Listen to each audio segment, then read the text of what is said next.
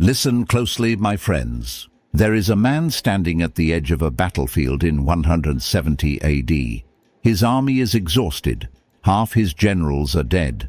A plague is sweeping through the Roman Empire and killing thousands every day. His closest friends have betrayed him. His own son is becoming exactly the kind of man he despises. And yet, every officer who stands near him feels calm. Every soldier who looks at his face feels steadier. Every senator who walks into the room where he sits feels like the chaos outside cannot touch what is inside these walls. This man is Marcus Aurelius, Emperor of Rome. And he is not magnetic because of his title. He is not magnetic because of his gold or his legions or his power. He is magnetic because of something far more rare, something that money cannot buy, that status cannot fake, and that no amount of gym sessions or haircuts or expensive clothes can manufacture. He is magnetic because he has mastered himself. And in 2,000 years, that has not changed.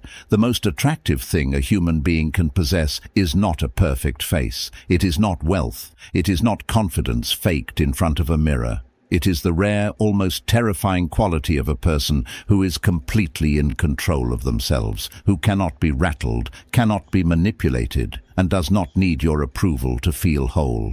That is what this video is about. I'm going to show you 5 habits, rooted in Stoic philosophy, forged in ancient fire, and tested across 2,000 years of human psychology, that will transform you from someone who tries to be attractive into someone who simply is.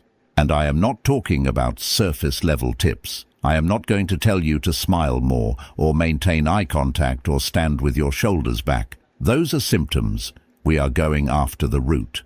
If you are serious about this, and I mean genuinely serious, not watch a video and feel good for an hour, serious, then stay. Because what I am about to share with you is not motivation. It is architecture. It is the architecture of a self that the world cannot help but be drawn toward. Habit 1. Become the stillest person in every room. In 65 AD, the philosopher Seneca was ordered to kill himself by the Emperor Nero, a man Seneca had personally tutored and mentored for years. And when the soldiers arrived at his door with that command, Seneca did not panic. He did not beg. He did not collapse into the ground and weep. He turned to his friends who were weeping and he said, and I want you to hear this clearly, he said, "Where are your maxims of philosophy? Where is that wisdom which you have been preparing against evils to come?" Then he opened his veins, and he remained calm until the end. Now, I am not asking you to prepare to die with that kind of serenity. What I am asking you to notice is this. When the most extreme pressure any human being can face, the news of their own imminent death, did not break Seneca, what do you think happened to everyone in that room? What do you think they felt? They were transfixed. They were in awe.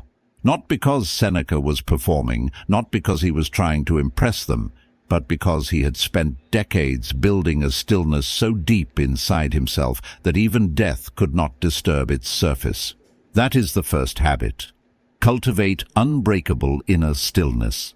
Here is the psychological reality most people never understand. Human beings are not primarily attracted to what they see. They are primarily attracted to what they feel. And what they feel in the presence of a calm, unmovable person is something ancient and primal. Safety, groundedness. The sense that this person will not crumble when things get hard. The Stoics called this apatheia, not apathy in the modern sense, but the freedom from being controlled by passing emotional storms. Marcus Aurelius trained himself in it every single morning. He would sit before the demands of an empire crashed into his day and remind himself, you have power over your mind, not outside events. Realize this, and you will find strength. And here is what this looks like in practical modern life. When someone insults you, you pause, not a forced, theatrical pause, a genuine, unhurried pause that says, your words do not have automatic access to my emotions. When your boss humiliates you in a meeting, when your partner says something cutting, when life hands you something devastating. The room watches how you respond. And the person who responds with stillness, who breathes, who does not escalate, who does not perform their pain publicly, that person walks out of that room carrying something the others do not. They carry the respect that is only granted to people who are clearly in control of themselves. Epictetus, a man who was born into slavery, who had his leg physically broken by his master as a test, wrote this: "Seek not that the things which happen should happen as you wish, but wish the things which happen to be as they are, and you will have a tranquil flow of life." A slave with a broken leg, and he found tranquility, because he understood that the external world is not the source of your peace. You are. Start training this today. When something small frustrates you, traffic, a slow server, a cancelled plan, use it as a training ground. Do not suppress the emotion. Feel it fully. Then consciously choose not to act from it. This is the practice. Small moments first, then bigger ones. Then, over time, almost nothing can move you. And when nothing can move you, everything is drawn toward you, because the world is chaotic. And calm is the rarest, most powerful thing in a chaotic world. Habit 2. Listen like a predator, not a performer. In ancient Greece, there was a practice in the school of Pythagoras, a school that shaped Stoic thought in profound ways, where new students were required to do something that sounds almost cruel by modern standards. They were required to remain completely silent for 5 years. 5 years of listening, of observing, of learning to sit with their own thoughts without filling the silence with noise. Only after 5 years were they permitted to speak. And the result? These students became the most sought-after advisors, generals, and philosophers in the ancient world, because they had learned something that almost no one learns: how to truly receive another person. Here is what deep listening actually is. It is not nodding. It is not waiting for your turn. It is not preparing your counter-argument while someone is still speaking. Deep listening is the act of becoming so fully present with another human being that they feel, perhaps for the first time in their life, completely understood. And here is the brutal truth about why this is so rare and why it is so magnetic. Most people are so consumed by their own internal noise that they cannot actually hear what is being said to them. They are rehearsing, they are judging, they are thinking about how this conversation makes them look. But the person who listens, who goes completely quiet inside, gives something that human beings crave at a level deeper than food or comfort. They give significance. The message, "You are worth my complete attention." Epictetus wrote, "We have 2 ears and 1 mouth so that we can listen twice as much as we speak." But this is not merely advice about politeness. It is a prescription for power. Because the person who listens the most learns the most about what people truly want, what they truly fear, what they are not saying with their words, but screaming with their energy. Think about the last person who made you feel truly heard. Not someone who agreed with everything you said. Not someone who immediately had a solution. Someone who simply received what you were sharing with full, quiet attention. How did that make you feel about them? Be honest. You felt drawn to them, you trusted them, you wanted to be around them again. That is not a coincidence. That is neuroscience meeting philosophy. When someone makes us feel understood, the brain releases oxytocin, the bonding hormone.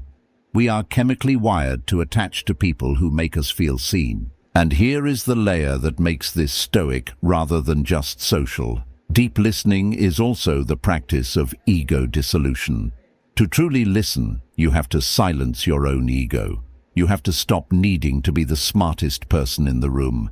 You have to stop needing to win. You have to stop protecting your identity long enough to let someone else's reality actually reach you. Marcus Aurelius wrote in his private journal, a journal he never intended anyone to read, about his philosophical teachers. And what he praised in them was not their intellect, it was their attention. their willingness to sit completely still in the presence of another person's thoughts. Practice this. The next conversation you have, no phone on the table, no mental counter-argument forming, no glancing around the room. Give that person the rarest gift you have, your complete, undivided, unhurried presence. Watch what happens to how they look at you. Watch what happens to how they feel about you. And watch, most importantly, what you begin to notice about the world when you finally stop talking long enough to hear it. Habit 3. Make your words cost something. There is a story about Zeno of Citium, the founder of Stoicism, that has stayed with me. Zeno was at a dinner party and he spent the entire evening almost completely silent. One of the other guests, trying to provoke him, said, "Should we not report to the king that you are the only man at his dinner table who has nothing to say?" And Zeno looked at him and said quietly, "Report what you like, but add that there was someone here who knew how to hold his tongue." That is not the silence of someone with nothing to offer. That is the silence of someone who understands that words, when overused, become worthless, like a currency you print too much of. The more you speak, the less each sentence costs. And when your words cost nothing, people spend them carelessly, which means they stop listening. But the person who speaks rarely, who thinks before speaking, who does not fill every silence with noise, their words carry weight, because scarcity creates value in economics, in conversation, in everything. The Stoics were obsessed with this. Epictetus told his students, "Be mostly silent or speak only what is necessary and in few words." Not because speaking is bad, but because undisciplined speech is a symptom of an undisciplined mind. And an undisciplined mind repels people even when it is trying to attract them.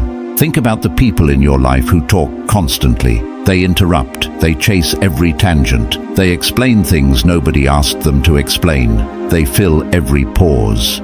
Now think about how you feel in their presence. You are exhausted, you are overwhelmed, you are waiting for it to be over. Now think about someone you have met who speaks rarely, but when they do speak, the room shifts. People stop their side conversations. Everyone leans in slightly, because the message has been sent over and over again through their selective speech. When this person says something, it is worth hearing. Marcus Aurelius applied a simple test before speaking. He asked himself 3 questions. Is it true? Is it necessary? Is it kind? If a thought could not pass at least 2 of those 3 gates, it was not spoken. Think about how radically different your conversations would become if you applied even half of that discipline. But there is a deeper dimension to this habit that most people miss entirely. It is not just about how you speak to others, it is about how you speak to yourself. Your internal monologue is the most important conversation you will ever have. And for most people, that conversation is a disaster, a constant stream of self-criticism, catastrophizing, and comparing. I'm not good enough. This will never work. Why does this always happen to me? That noise leaks out. It leaks into your tone of voice, your body language, the way your eyes move when you are uncertain. People feel it even when they cannot name it. The Stoic practice of journaling, which Marcus Aurelius did every single morning and night, was precisely about cleaning up that internal conversation. He would write not to vent, but to examine, to catch the irrational thought before it became an irrational action, to replace catastrophic thinking with what the Stoics called the view from above, a perspective so wide that the thing you are catastrophizing about shrinks to its actual size. Begin this practice. Speak less than you think you should, and when you speak, mean it. Stop using words to perform, to fill space, to manage how people see you. Instead, let your silence speak. Let your restraint speak. And when the moment comes that actually requires your voice, give it everything you have. That is the difference between noise and resonance is what people remember. Habit 4. Let adversity carve you into something magnificent. In 49 BC, Julius Caesar stood at the bank of the Rubicon River, a small stream in northern Italy that, by Roman law, no general was permitted to cross with a standing army. To cross it was treason. It was a death sentence. Every rational calculation said, turn back. He crossed it, not because he was reckless, but because he had spent decades being forged by adversity, by political exile, by military near defeats, by betrayals, by years in Gaul fighting in conditions that would have destroyed most men. And through all of it, he had learned the Stoic truth before Stoicism was even the name for it. The obstacle is not the end of the path. The obstacle is the path. Marcus Aurelius wrote, "The impediment to action advances action. What stands in the way becomes the way." This is perhaps the most powerful idea in all of Stoic philosophy, and the one that most directly explains why some people become more magnetic as their life gets harder, while others become more diminished. The difference is in what they believe suffering is for. Most people believe suffering is a sign that something has gone wrong, that they are being punished, that life is unfair, and so they resist it, resent it, and eventually become bitter from carrying it. You can see it in their faces, a sourness that develops over years, a guardedness, an exhaustion. They are not unattractive because they have suffered. They are unattractive because they have let their suffering make them smaller. But there is another kind of person, the kind who has also suffered, perhaps more, perhaps worse, and who comes out of it not smaller but deeper, not bitter but clearer, not harder in a closed, armored way, but harder in the way that steel is hard, strong because it has been through fire. Seneca wrote, "Difficulties strengthen the mind as labor does the body." And you can feel this in people. You can feel when you sit next to someone who has genuinely survived something terrible and come through it with their dignity intact. You can feel the gravity of it. There is a depth in their eyes that cannot be manufactured. There is a steadiness in their presence that the comfortable have not yet earned. This is what the Stoics called the practice of negative visualization, the deliberate contemplation of what could go wrong, not to torture yourself with anxiety, but to prepare your character in advance. To encounter the hard thing in your imagination before it arrives in your life, so that when it does arrive, it does not find you unprepared. Premeditatio malorum, the premeditation of evils. Every morning, Marcus Aurelius would remind himself, today you will meet ingratitude. Today you will meet frustration. Today something will not go the way you planned, and he would prepare his character for it, not by avoiding it, by expecting it. And here is the extraordinary thing that happens when you begin to face adversity this way. You stop fearing the hard thing, and the person who does not fear the hard thing cannot be controlled by the threat of it. They cannot be manipulated with consequences. They cannot be intimated with difficulty. And a person who cannot be threatened by what frightens everyone else walks through the world with a freedom that is impossible not to notice. You do not become attractive by avoiding struggle. You become attractive by how you move through it. Let every setback teach you something. Let every loss strip away something you do not need.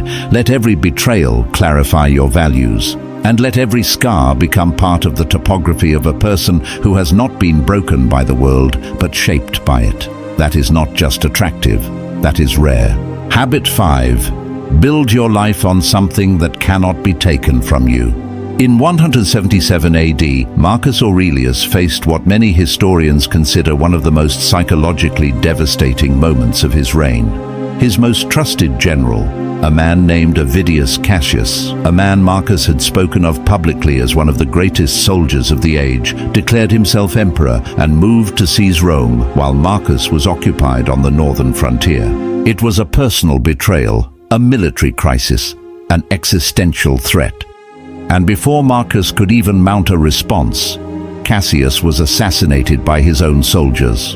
And Marcus Aurelius, the most powerful man in the world, did something that no other emperor in Roman history would have done. He refused to execute Cassius's family.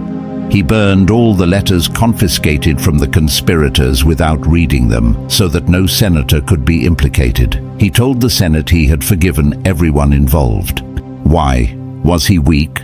Was he naive? No. He did it because his identity was not built on being the man who defeated his enemies. His identity was built on something that no betrayal, no crisis, and no army could touch: his values, his character, his commitment to the man he had decided to be. This is the fifth and most foundational habit. Live by values so deeply embedded that the approval of the world becomes irrelevant to your sense of self. Most people are attractive in the same way a flame is attractive, warm and bright and drawing you in, but constantly flickering. Adjust with every passing wind of opinion, changing their personality to fit the room, softening their beliefs to avoid conflict, performing a version of themselves calibrated to the preferences of whoever is watching. And the exhausting tragedy of this is that it does not even work. People are not attracted to the performer. They might be entertained by the performer, but they are not moved by them, not grounded by them, not compelled to stay near them. Because somewhere beneath conscious awareness, they can feel the hollowness. They can feel that this person's self is contingent, that it requires their approval to exist. Seneca wrote, "He who depends on the approval of others for his happiness builds on a fragile foundation." And that fragility radiates outward. It makes people nervous, not safe. It demands, not invites. It is need in disguise. But the person who has built their identity on their own values, who knows who they are when the room is empty, who acts the same whether they are being watched or not, who says no without apology and yes without performance, that person is not flickering. They are a fixed point. And in a world of constant movement and uncertainty, a fixed point is the most magnetic thing in existence. The Stoics called this living according to your ruling faculty, your hegemonikon, the part of you that is rational, principled, and immune to what cannot be controlled. When that faculty governs your life, you stop reacting to the world and start responding to it. You stop performing and start inhabiting yourself. Marcus Aurelius wrote, "If it is not right, do not do it. If it is not true, do not say it." Simple, almost embarrassingly simple. And yet almost no one actually lives by it. Because living by it means you will sometimes disappoint people. You will sometimes say no when people want yes. You will sometimes stand alone when everyone else moves together. And that aloneness, that willingness to stand by yourself without collapsing, is the most powerful signal you can send about who you are. It says, "I do not require your validation to remain standing." Choose your values, not the values you think you should have, the ones you actually feel in your bones when the noise stops and you sit alone with yourself. Write them down, return to them daily. Build your decisions from them, and watch as the desperate need for approval slowly dissolves, replaced by something quieter and more permanent. The knowledge of exactly who you are. That knowledge does not flicker. It glows, and people can see it from across a room. Marcus Aurelius died in 180 AD, still on campaign, still serving, still writing in his private journal about how to be better. He never published those journals. He never intended anyone to read them. They were not a performance, they were a practice, and they survived nearly 2,000 years to reach us, and they changed the course of philosophy and psychology, and now, in some small way, they are sitting here between us in this video. That is what the Stoic life produces. Not fame, not admiration in the moment, but something that outlasts the moment. A character so genuinely built, so thoroughly tested, so rooted in what is real and true and permanent that it cannot be ignored, even across centuries. 5 habits, 5 paths to the same destination. The first, stillness so complete that chaos cannot touch you, and people feel safe simply standing near you. The second, listening so deep that people feel understood at a level no one else has reached, and they spend the rest of their lives trying to find their way back to the warmth of it. The third, speech so measured and so grounded that when you finally speak, the room stops, because every word you have ever spoken has been worth stopping for. The fourth, a relationship with adversity so transformed that hardship does not diminish you but refines you, and people can feel in your presence the gravity of everything you have survived without breaking. And the fifth, An identity so firmly anchored in your own values that approval becomes unnecessary, and in that freedom, in that radical self-sufficiency, you become the most grounded, most present, most magnetic version of a human being it is possible to be. None of this requires money. None of this requires status. None of this requires a perfect body or the right clothes or the right connections. All of it requires one thing: work. Daily, unglamorous, invisible, private work on the only thing that was ever truly yours. Your character. Start today. Not tomorrow. Not after the next difficulty has passed. Today. In the next conversation you have. In the next moment something frustrates you. In the next decision where you could choose integrity and the world would never know if you did not. Choose it anyway. That is what the Stoics called virtue. And virtue, real virtue, not the word but the living of it, is the only thing in this world that is genuinely, permanently, undeniably attractive. Stay disciplined, stay grounded, and remember, the most powerful thing you will ever do is become so completely yourself that the world has no choice but to take notice.